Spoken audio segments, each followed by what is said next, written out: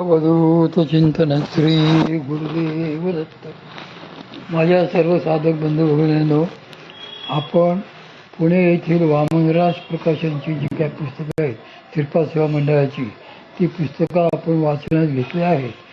त्यापैकी परमपूज्य श्रीदादा कवडे या पुस्तकात परमपूज्य श्रीदादा कवडे महाराज, परमपूज्य परमहंस परिव्राजकाचार्य श्री मामासाहेब देशपांडे महाराज व मातोश्री ताई महाराज आप्ते यांची पुस्तकं आहेत. सध्या आपण परमपूज्य दादा लिखित जो संती बसविला ठावो हे पुस्तक वाचण्यास घेतले आहे. काल आपण मातोश्रींचे मार्गदर्शन पाहिले. आज आपण एकांत साधलेल्यांची स्थिती बघूया. एखाद्याला जर श्री माऊली सांगतात तसा एकांत मिळवता आला तर मग तो घरात बसलेला असो, रानात बसलेला असो किंवा लोकांमध्ये बसलेला असो, त्याला त्यामुळे काही फरक पडत नाही. प्रत्यक्ष परमपूज्य श्री मामांचीच अशी स्थिती मी जवळून पाहिलेली आहे. एसटी बसने प्रवास करीत असताना बोडे हलायलाही जागा नाही अशी खच्चून गर्दी बसमध्ये असताना परमपूज्य श्री मामा आपल्या सीटवर कुठेतरी एका बाजूला अवघडून बसलेले असतात आणि तशाही स्थितीत पत्रव्यवहार पूर्ण करीत साधकांना पत्रोत्तरे वेळेत गेली पाहिजेत या हेतूने ते एकाग्र मनाने तशाही स्थितीत पत्रलेखन करीत असतात. त्यांचे आजूबाजूला कुठेही लक्ष नसते. मुक्कामाचे शहर आले की परमपूज्य श्री मामांना सांगावे लागे, मामा आपण बसस्टँडवर आलो. इतके ते आपल्या पत्रलेखनाशी समरस झालेले असतात. याला खरा एकांत म्हणतात आणि तो देखील लोकांमध्ये राहून साधलेला. मला अशा वेळी त्या स्थितीत लोकांमध्ये असतानाही प्रपंचाचा लोप होतो आणि सर्व अंतःकरण वृत्ती परमात्म्याशी तदाकार होतात. ती स्थिती आली की मग निगूढ मठ किंवा शिवालयाची गरजच उरत नाही.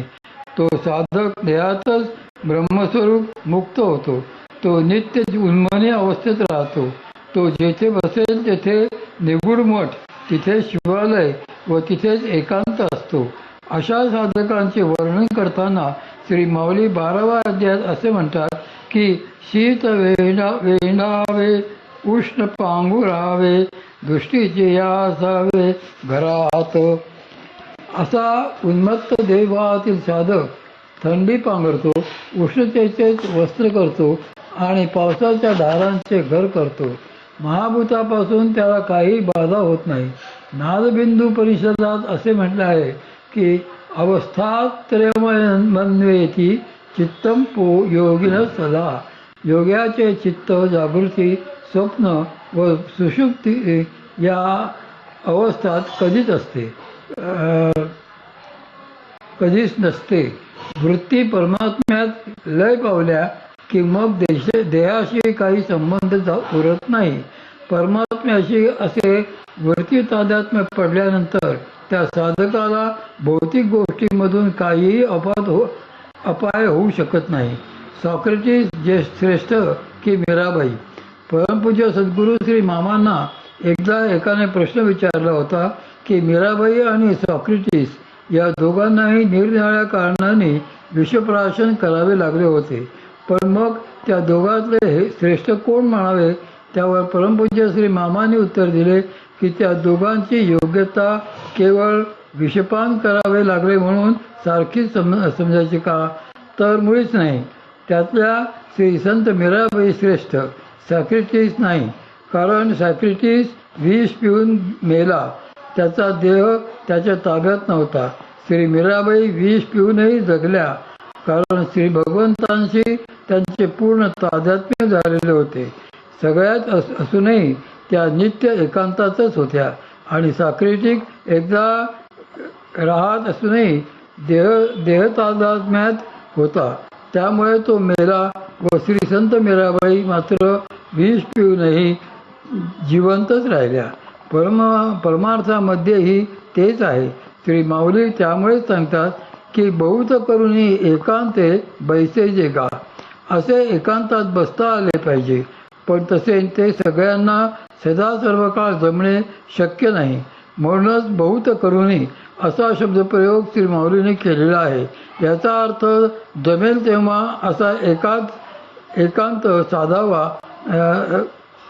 साधावा, नाही साधला तरी किमान आपली साधना तरी अशी ठेवावी की ज्या साधनेने आतला एकांत साधता येईल. आपण नेमके याच्या उलट करतो. आपल्या चित्ताचा ओघ विषयाकडे जास्तीत जास्त कसा वळेल यासाठी आपण प्रयत्न करत असतो. खरे पाहता चित्त विषयांकडे न धावता परमात्म्याकडे वळायला पाहिजे. तसे जर जमायला लागले तर तुम्ही संत, आणि तसेच जोवर जमत नाही तोवर तुम्ही प्रापंचिकच. श्री गुरु नानक देवांची गोष्ट. श्री गुरु नानक देवांची एक गोष्ट या संदर्भात येथे सांगतो. त्यांचा जन्म लाहोरजवळील तलवंडी नामक गावात झाला. जन्माला येताच ते एखाद्या प्रौढ माणसासारखे झाले होते असे सांगतात. पुढे त्यांना घरी संस्कृत फारसी भाषांचे आणि वही खाते लिहिण्याचे ज्ञान दिले गेले. ते किशोर वयामध्ये होते तेव्हाच त्यांचे लग्न करून देण्यात आले. त्यांच्या पत्नीचे नाव सुलक्षणी असे होते. त्यांना श्रीचंद आणि लक्ष्मीदास अशी 2 अपत्यही झाली. पण नानकांचा जीव काही संसारात रमत नव्हता. त्यांच्या वडिलांनी त्यांना एक दुकान टाकून दिले. ते चालवणे व जमल्याने पुढे शेती करावयाला सांगितले. पण काही उपयोग झाला नाही. म्हणून मग गावातील प्रतिष्ठित मंडळी आणि त्यांच्या वडिलांशी त्यांना कपूरबला जिल्ह्यातील सुलतानपूर लोधी नामक गावाला त्यांच्या बहिणीकडे पाठविले. तिचे पती नवाब दौलतखानाच्या पदरी नोकरीला होते. त्यांच्या ओळखीने नानकांना सरकारी धान्य गोदामाचा भांडारी म्हणून नोकरीला लावण्यात आले. त्या नोकरीत कामाच्या मोबदल्याचा त्यांना धान्य मिळत असे. नानक आपली नोकरी इमानी इतबारे करीत असत व स्वतःला पगारापोटी जे धान्य मिळे तेही साधू संतांमध्ये वाटून टाकीत असत. एके दिवशी नानक एका गरजू व्यक्तीला धान्य मोजून देण्याकरता बसलेले होते. त्यांनी मापटे भरून मोजायला सुरुवात केली. 1, 2 असे करता करता त्यांनी 12 मापटे मोजले आणि 13वे मापटे मोजताना 13 असे म्हटल्यावर ते तेथेच स्तब्ध राहिले. 13 याचा अर्थ तुझेच सगळे. त्यांना तेथे एकदम उमगले की हे धान्य मोजून देण्यास मी कोण, हे धान्य कोणाचे आणि ते मी कोणाला देतो आहे. यह सब 13 आहे. हे सगळे श्री भगवंताचेच आहे. धान्य त्यांचेच, धान्य मोजून देणारेही तेच आणि घेणारेही तेच, सगळे काही त्यांचेच आहे. अशा चिंतनात ते बराच वेळ मग राहिले.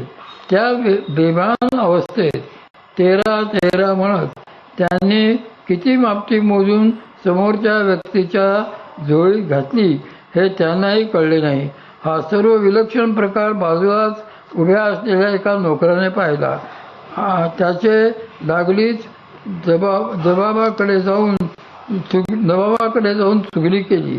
तो नवाबाला म्हणाला, नानक काहीतरी वेड्यासारखे बडबडत धान्य वाटत असतात. आज केवढे तरी धान्य त्याने एकाच माणसाला दिले. अशा तक्रारी कांगाळ्या सतत काही दिवस ऐकल्यावर नवाब शेवटी वैतागून गोदामात चौकशीसाठी आला. नानक त्याला शांतपणे म्हणाले, गोदामात आधी किती धान्य होते आणि लोकांना देऊन झाल्यावर आता किती उरले आहे ते काही मला सांगता येणार नाही. त्याने ते मोजून बघावे. तेव्हा नवाबाच्या आज्ञेने ते कोठारात ते धान्य मोजून बघण्यात आले. आश्चर्य म्हणजे ते आधी होते त्याहून जास्तच भरले. परमात्म्याशी तादात्म्य हे असे असते. सिद्धांत लक्षात ठेवावेत. असे तादात्म्य व्यवहारात राहूनही साधता आले पाहिजे. नानकांना व्यवहारात असतानाही 13 शब्दाचा अर्थ श्री भगवंताचे असा लागला. श्री भगवत नामाचे तसे अखंड अनुसंधान असल्यामुळेच त्यांना ते साधले. पण आपल्याला तसे साधू शकेल काय? आपल्यासारख्या प्रपंचानेचे नित्य अनुसंधान असणाऱ्यांना तर त्या 13चा अर्थ 3-13 असाच लागणार. सद्गुरू श्री माऊली पुढे असे सांगतात की म्हणून तैसे ते आणावे, मन राहते पाहावे, राहेल तेथे रचावे आसन ऐसे. म्हणून या सर्व गोष्टी लक्षात घेऊन ज्या स्थानी आपले मन शांत किंवा स्थिर राहील अशा स्थानी साधने करता आपले आसन घ्यावे. त्याला अशा सर्व अपेक्षित बाबींची पूर्तता करणाऱ्या स्थानी साधनेला बसल्यानंतरच अनुभव येत असतो. म्हणूनच तेथे साधने करता बसले पाहिजे. श्री माऊली येथे म्हणतायत की ते जाणावे म्हणजे काय करावे, तर आधी साधना स्थानाकरता ज्या कसोट्या सांगितल्या त्यावरून त्या स्थानाची लक्षणे जाणून घ्यावीत. सर्वात नेहमी एक खात्री असते की आपण ज्यांना उपदेश करीत आहोत त्यांच्या मनात तो पक्का बिंबून राहणे अगदी कठीण आहे. हे आता ऐकतील, पण नंतर आपण काय सांगितले म्हणून जर विचारले तर सगळे विसरून गेलेले असतील. कीर्तनकार आणि शेतकरी या संदर्भात परमपूज्य श्री मामा एक मजेशीर गोष्ट सांगत असत. एक सुप्रसिद्ध कीर्तनकार होते. त्यांची एका खेड्यात कीर्तने लागली होती. आपल्या कीर्तनात उत्तम आख्यान लावून ते बहार आणीत असत. एके दिवशी कीर्तनाच्या शेवटी ते एक मार्मिक वाक्य बोलले की योग्य वेळेला योग्य ठिकाणी योग्य धान्य जर पेरले तरच उत्तम पीक येईल, नाहीतर येणार नाही. सगळी मेहनत वाया जाईल. त्यांचे कीर्तन संपल्यावर एक शेतकरी त्यांच्या जवळ आला व ढवढसा रडू लागला. रडत रडत तो म्हणाला, महाराज, तुमच्यामुळे सत्याचा प्रकाश लाभून मी धन्य झालो. कीर्तनकार बुवांनी आनंदून विचारले, का रे, काय झाले? त्यावर तो म्हणाला, महाराज, गेल्या वर्षी मी मका पेरला होता, पण तो वाया का गेला ते मला आज कळले. तो मक्याचा हंगामही नव्हता आणि पेरलेले बाण पण चांगले नव्हते, म्हणून सगळी मेहनत वाया गेली. आता पहा, बुवांनी जीव तोडून कीर्तन केले कशासाठी? आणि शेतकऱ्यांनी शेवटी लक्षात काय ठेवले? आपल्याकडेही काही वेगळी कथा नाही. प्रवचन संपल्यावर काय ऐकले, विषय कळला का रे, असे जर कोणाला विचारले तर गोष्टी फार छान होत्या असे श्रोते सांगतात. आता सिद्धांत लक्षात ठेवायचे की गोष्टी पण नाही. श्रोत्यांच्या डोक्यात गोष्टी घर करून बसत असतात. अंतिम कसोटी आपली कार्टी कशा पात्रतेची आहेत हे श्री माऊलींनाही चांगलेच माहीत आहे. म्हणूनच ते येथे सांगायचे की एवढे सगळे तुमच्या लक्षात न राहील, पण एक सूत्र लक्षात असावे, ते जाणावे.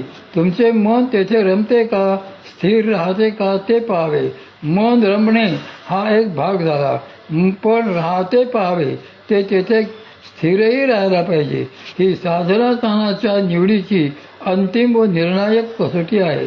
या कसोटीवर उतरणारे स्थान साधनेसाठी योग्य आहे असे आतूनच समजावे. आणि असे जर आतून येत असेल तर राहेल तेथे रचावे आसन ऐसे. आपण आपल्या घरी अशा दुसऱ्या गावी कोठेही असलो तरी तेथे असेच स्थान पाहून आपले आसन रचावे. आपले मन जर त्या ठिकाणी शांत राहत असेल तर तेथे साधना करण्याचा विचार करावा, नाहीतर तेथे साधना करू नये. आपण जर उठून चौकात आलो तर तेथे आपले मन शांत राहील का? ज्याला आजूबाजूची रोषणाई, झगमगाट व जाणाऱ्या येणाऱ्याचा रस असेल त्याचे मन तेथे कदाचित रमेलही, पण ते मन तेथे शांत स्थिर होणार नाही. साधनेकरता असे ठिकाण बघायला श्री माऊलींनी सांगितले आहे की ज्या ठिकाणी बाहेरचेही वातावरण शांत असेल आणि आत बसल्यावर मनही स्थिर राहील. असे स्थान उत्तम साधकांना आपोआपच आतून कळून येते. त्यांचे साधनेचा अनुभव असलेले मनच त्यांना तशी ग्वाही देते.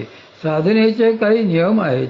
साधनेच्या प्रारंभावस्थेत बाहेरच्या सगळ्या गोष्टी जर साधकाला अनुकूल असल्या तरच आतल्या गोष्टीही तशा व्हायला लागतात. नाहीतर आतल्या गोष्टी अनुकूल व्हायला फार त्रास पडतो. तेवढे धारणाबद्दल धृती साधक अवस्थेत नसते. म्हणूनच असे मन जिथे विनाशाया स्थिर राहते